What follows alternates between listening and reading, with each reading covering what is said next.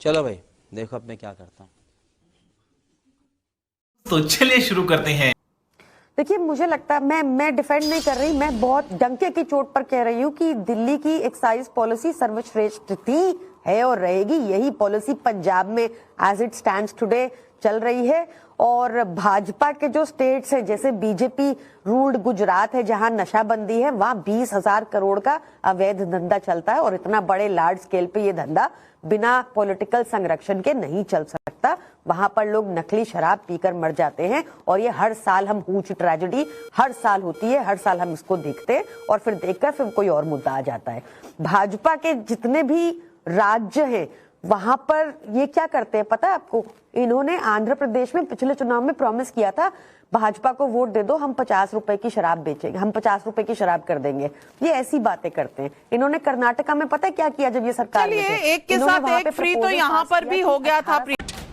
बोलने दे, तकलीफ हुआ है बेचारे को। बोल प्रियंका कक्कड़ जी, लेकिन मैं सवाल पूछना चाहती हूँ, पॉलिसी अच्छी थी तो विड्रॉ क्यों हो गई?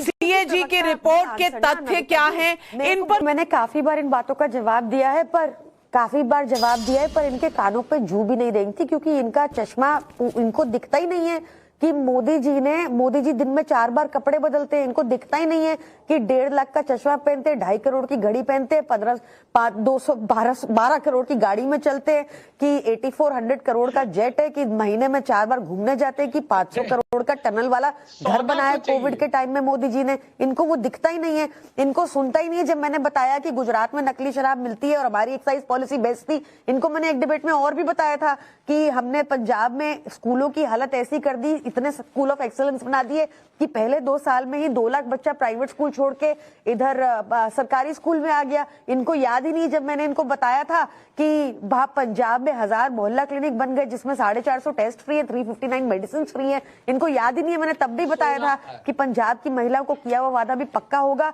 और हमारे पे पंजाब की जनता 80% पंजाब को फ्री बिजली मिलती है। सच, ये तो बताना ही भूल गई। और नहीं पूरा करने दीजिए। और ये भी अब हमने ये वादा किया है क्योंकि अरविंद केजरीवाल गारंटी देते हैं, 15 लाख वाला जुमला नहीं देते।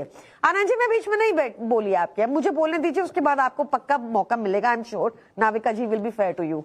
तो मैं जब हमने इतने सारे काम करा दिए, अभी भी हमारा टेन्योर बचा है। अरविंद केजरीवाल जी की गारंटी ये भी पूरा होगा। हमारी प्राथमिकता हम जिस भी स्टेट में जीतेंगे पहले एजुकेशन और हेल्थ रहेगी। हमने 5 साल में जो प्रोमिसेस किए वो पूरे कर रहे हैं। हमने आज तक कब नहीं किया?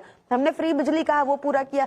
मेरे से पहले, इनसे पहले अभिषेक भाई ने बातें कुछ कही, उन्होंने बोला कि मैंने मैनिफेस्टो का जिक्र किया, मैंने नहीं किया, पर उनको पार्टी लाइन मिली थी कि ये बोलना है, इसलिए उन्होंने बोला। पर अब उन्होंने कर दिया तो मैं जवाब दे देती हूँ। हमने फ्री बिजली कहा, फ्री बिजली करी। हमने फ्री पानी कहा, फ्री पानी कर दिया। फ्री महिलाओं को बस यात्रा कही, वो कर दिया। फ्री बुजुर्गों को तीर्थ यात्रा कही, वो कर दिया। 38 फ्लाईओवर बना दिए, 3 university, 6 university campuses, 11 vocational studies बना दिए। 22,000 क्लासरूम थे दिल्ली में पिछले 75 सालों में, उनको 25,000 और ऐड कर दिए। हमने दिल्ली के हॉस्पिटल बेड्स की संख्या 4 टाइम्स कर दी। हमने दिल्ली में, बता दूं कि सुधांशु जी ने स्वीकारा कि प्रधानमंत्री मोदी जी को वो गुफा इसलिए बनानी पड़ी क्योंकि विकसित भारत की कॉपी विकसित देशों में ऐसा होता है, इसलिए उन्होंने ऐसा किया। पर उनको थोड़ा सा माइंडफुल होना चाहिए था कि आज हमारे देश की हालत ऐसी है कि 80 करोड़ भारतीयों को आपने अनाज पे मोहताज कर दिया है। तो शर्म करो शर्म। ऐसे सिचुएशन में ये नहीं शोभा देता एक प्रधानमंत्री को कि दिन में 4 बार कपड़े बदले और अपने लिए गुफा बनवाएं और अपनी घड़ी और हीरे बांटे, जो भी वो कर रहे हैं। जहां तक बाकी 2 सवाल आपने मुझसे पूछे, तो देखिए ये मैं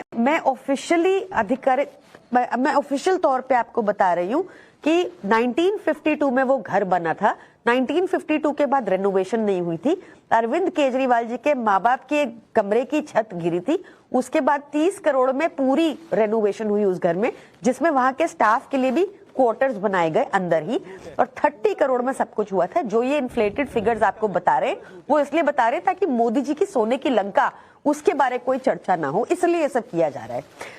आपने सही कहा, जनता बहुत ज्यादा कंफ्यूज्ड है। कंफ्यूज इसलिए भी है कि जिस मंच से मोदी जी महाराष्ट्र में खड़े होके अजीत पवार जी को सबसे बड़ा स्कैमस्टर कहते हैं, वो अगले दिन भारतीय जनता पार्टी ज्वाइन कर लेता है और सारे उसके स्कैम्स खत्म हो जाते हैं। पर मुद्दा आज दिल्ली का इलेक्शन है, पहले उस पर चर्चा कर लेते हैं, क्योंकि दिल्ली का इलेक्शन हम सबके लिए बहुत ज्यादा जरूरी है। जिस तरीके से 11 साल में दिल्ली में आपने, हमने और हम सब ने एयर पोल्यूशन की प्रॉब्लम्स को देखा है, इंफ्रास्ट्रक्चर की प्रॉब्लम्स को देखा है। हमारी यहाँ पे बहनों के साथ, हमारे यहाँ माताओं के साथ किस तरीके से टूटी हुई रोड, बहता हुआ सीवर, गंदा पानी देखा है। दिल्ली के लोग त्रस्त हैं।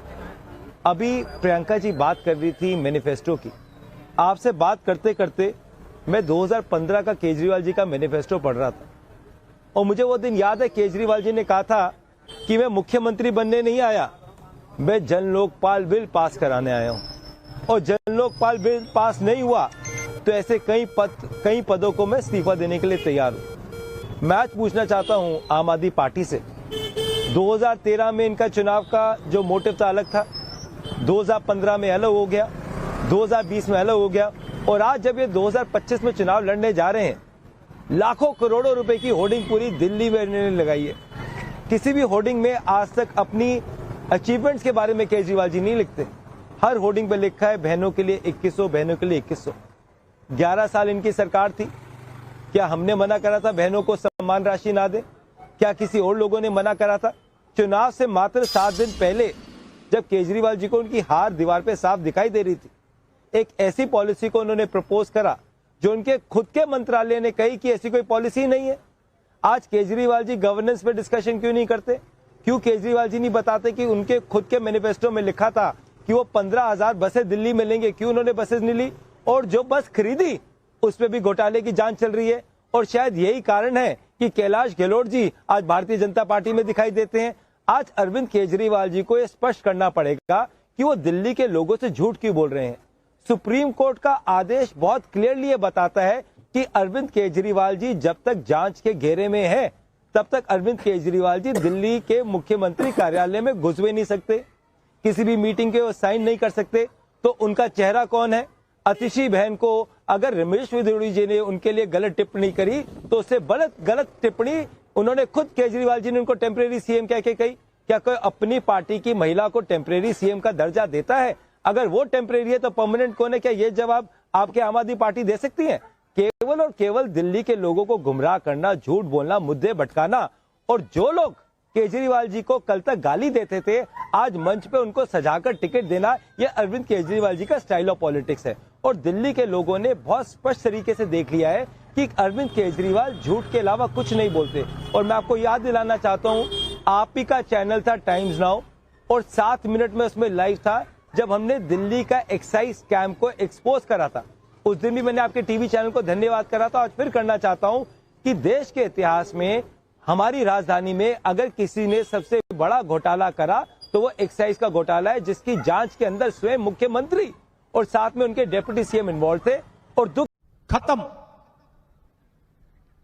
Bye bye, tata, goodbye, गया।